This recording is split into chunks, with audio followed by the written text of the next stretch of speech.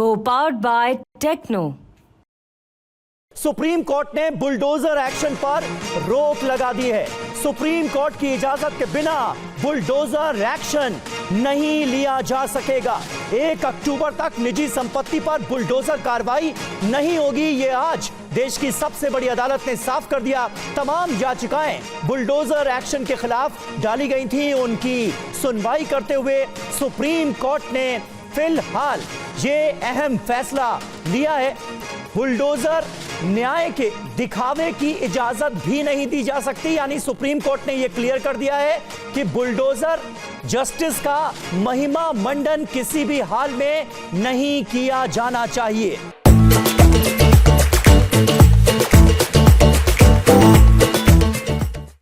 ये supreme court का बहुत अहम फैसला।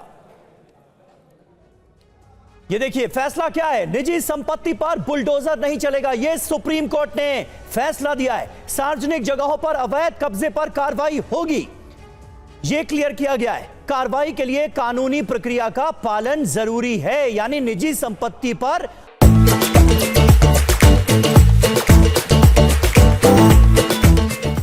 आप बुलडोजर नहीं चला सकते। बुलडोजर कार्रवाई के लिए राज्यों को निर्देश जारी किए गए। अवैध निर्माण हटाने की एक प्रक्रिया होनी चाहिए, यह कहा है सुप्रीम कोर्ट ने। और यह क्लियर कर दिया है कि निजी संपत्ति पर बुलडोजर नहीं चलेगा। बुलडोजर जस्टिस को, बुलडोजर के जरिए न्याय को महिमा मंडित नहीं किया जा सकता।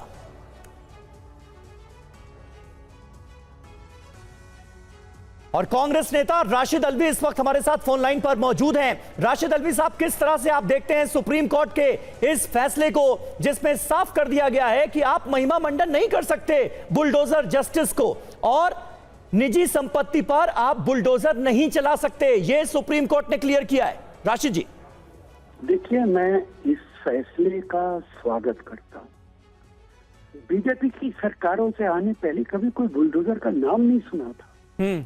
जब से ये बीजेपी की सरकारें आई हैं, तब से बुलडोजर का नाजायज इस्तेमाल हो रहा है। धर्म के नाम पर आपने अयोध्या के अंदर न जाने कितने गरीब लोगों की दुकानों को उजाड़ दिया, उनके रोजगार को खत्म कर दिया, कितने लोगों को बेघर कर दिया। और अगर आपकी यही पॉलिसी है कि अनऑथोराइज्ड लोगों के मकानों को डिमोलिश कर दिया जाए, तो फिर पूरे देश के अंदर कीजिए ना।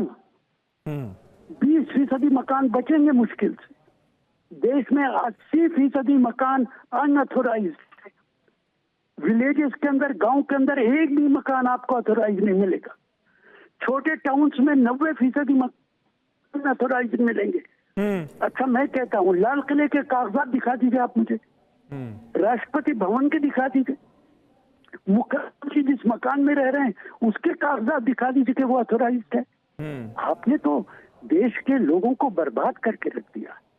और मैं सुप्रीम कोर्ट से ये भी अपील करूंगा, न सिर्फ ये कि अनऑथोराइज्ड कंस्ट्रक्शन नहीं होगा, जिन लोगों ने अनऑथोराइज्ड कंस्ट्रक्शन किया है उनके जमाने के जो भी ऑफिसर्स हैं जी, जिन्होंने अनऑथोराइज्ड कंस्ट्रक्शन होने दिया, उन सबको टर्मिनेट कीजिए। नहीं राशिद साहब, उससे जुदा अगर अतिक्रमण है तो उस पर बुलडोजर चलाया जा सकता है सार्वजनिक संपत्ति पर, यह आज भी सुप्रीम कोर्ट ने क्लियर किया है। लेकिन यूपी ने जो मिसाल पेश की, जिसे और भी राज्यों में फॉलो किया गया, वो तो यही थी कि भाई कोई आरोपी है जिस पर कोई क्रिमिनल चार्जेस लगे, तो फिर उसके घर की तस्दीक की जाती थी, और अगर उसके पेपर ठीक नहीं है, अगर उसमें अवैध निर्माण हुआ है, तो बुलडोजर चला दिया जाता था उसके घर पर। और इसे साबित करने की कोशिश यह की जाती थी कि देखिए कितनी जल्दी हमने जस्टिस दिलाने का काम किया है लोगों को। क्या लोगों को बेघर करने का नाम इनजस्टिस है? अगर कोई क्रिमिनल है भी, मैं मान भी लेता हूं, तो क्या अदालतें बंद हो गई हैं? क्या इसका फैसला चीफ मिनिस्टर क्या करेगा? बिल्कुल। क्या वो जस्टिस दिया करेगा? ये तो खुद एक क्रिमिनल एक्ट है कि आप किसी के घर पे बुलडोजर चला दें। ये कोई जस्टिस है? मकान एक दिन में नहीं बनता है। और मैं तो आपसे कह रहा हूं, इस देश में 80% मकानात अनऑथोराइज्ड हैं। हाँ। आप उन्हें सबको गिराइए। आप सिर्फ एक मकान को क्यों गिरा रहे हैं, और एक खास तौर से एक समुदाय के मकान को आप गिरा रहे हैं? अतीक बहुत बड़ा क्रिमिनल था, लेकिन आज तक पता चला किन लोगों ने मारा है, कहां गए वो लोग। पुलिस की मौजूदगी में सड़क पे खड़े होके गोली मार दी गई, उसके मकानों को अनऑथराइज तौर से उन पे बुलडोजर चला दिए गए। हम किसी क्रिमिनल्स के साथ नहीं हैं, लेकिन हम कानून की इज्जत करते। फैसले अदालतों को करने दीजिए, और या फिर अदालतें बंद कर दीजिए। मुख्यमंत्री फैसला क्या करें सारी चीजों का। मध्य प्रदेश के अंदर भी ये हुआ है, यूपी के अंदर भी ये हुआ है। बिल्कुल बिल्कुल, कई बीजेपी शासित राज्यों में इस फॉर्मूले को फॉलो किया गया है। यूपी में इसकी शुरुआत होते हुए हमने देखी, और पिछली बार भी सुप्रीम कोर्ट जब इन याचिकाओं की सुनवाई कर रहा था तो उसने ये साफ कहा था कि आरोपी तो बहुत दूर की बात है, अगर कोई दोषी भी है किसी मामले में तो भी आप उसके घर पर बुलडोजर नहीं चला सकते। बहुत बहुत शुक्रिया राशिद अल्वी साहब हमसे बातचीत करने के लिए। Co-powered by Techno.